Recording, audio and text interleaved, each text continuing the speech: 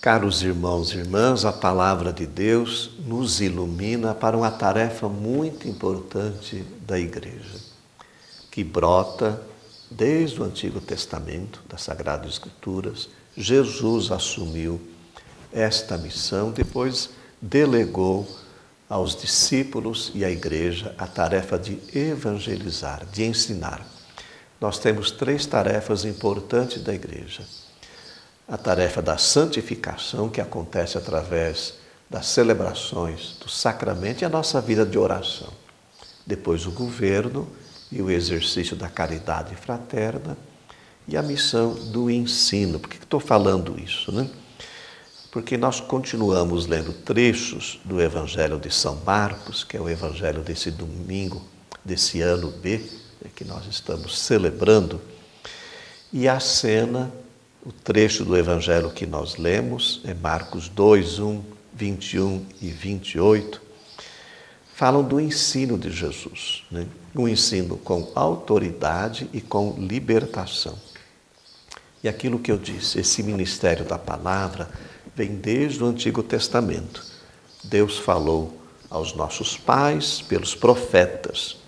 E Moisés aí é essa grande figura que aparece, que transmitiu ao povo a decisão do Senhor de fazer surgir no meio deles um profeta, e esse povo deveria escutar esse profeta. A missão dele é anunciar com fidelidade a palavra e a vontade de Deus. E da parte do povo, essa atitude de ouvir com atenção, de obedecer, de acolher. Essa é a missão do profetismo bíblico. São João fala que Cristo é o Verbo encarnado, a palavra que se encarnou. É o grande profeta, está lá em Lucas também, poderoso em obras e palavras. E é através dele que o Pai nos falou, né? E disse uma palavra poderosa, né? Então é assim que Marcos apresenta Jesus como mestre de ensino. Ele não estudou com os professores da época, os rabinos da época, não frequentou um rabino. Ele aprendeu em casa, com a família, aprendeu na sinagoga. Ele não era um mestre da lei. Os mestres da lei, eles faziam um estudo até longo, começava lá para os 13, 14 anos, ia se tornar um mestre, um professor oficial só depois dos 40 anos, principalmente um ensino baseado na Torá, na lei, né? Jesus veio anunciar o reino, ele não veio abolir a lei, né? Mas ele veio dar um sentido novo a essa lei, cumprir a lei, não como um instrumento, às vezes, de dominação, como um fardo pesado, mas um instrumento que gera vida, né? E é assim que ele anuncia o reino. Bom, cumprindo o mandato de Jesus, os discípulos foram anunciar por toda parte o Evangelho. E essa missão cabe à Igreja hoje, a todos os batizados, mas de modo particular, é incumbência dos pastores, né? A palavra tem que ser anunciada e acolhida.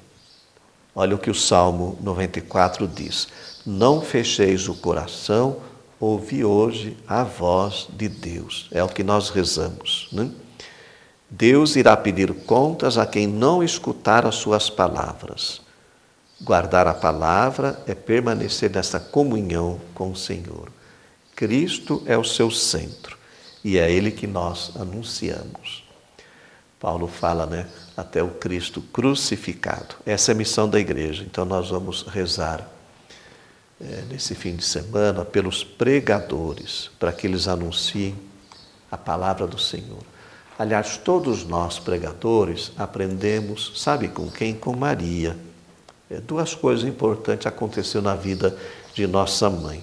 Primeiro, a palavra se fez carne nela, quando ela acolheu a mensagem do anjo Gabriel e carregou Jesus por 9 meses no seu ventre, gerou Jesus, educou, acompanhou seus passos, né? Mas também em sua vida, quando ela se deixou, quando ela acolheu essa palavra no seu coração, deixou a palavra iluminar a sua vida, né? Eu gosto muito, a gente costuma mais no tempo do advento do Natal lembrar essa frase, mas como toda a palavra está falando, as leituras estão falando do serviço da palavra, uma expressão na frase de Santo Ambrósio, quando ele diz assim: toda alma que possui a fé concebe e dá à luz a palavra. O Cristo é fruto de todo, né? De todos. Então nós podemos também conceber o verbo no nosso coração e na vida e deixar que a palavra se encarne em nós, ilumine o nosso caminho, a vida dos nossos irmãos, da nossa igreja e da nossa sociedade. Rezemos por essa missão da igreja de anunciar o Evangelho. Que a bênção do Deus Todo-Poderoso, que é Pai, Filho e Espírito Santo, desça sobre vós e permaneça para sempre. Amém.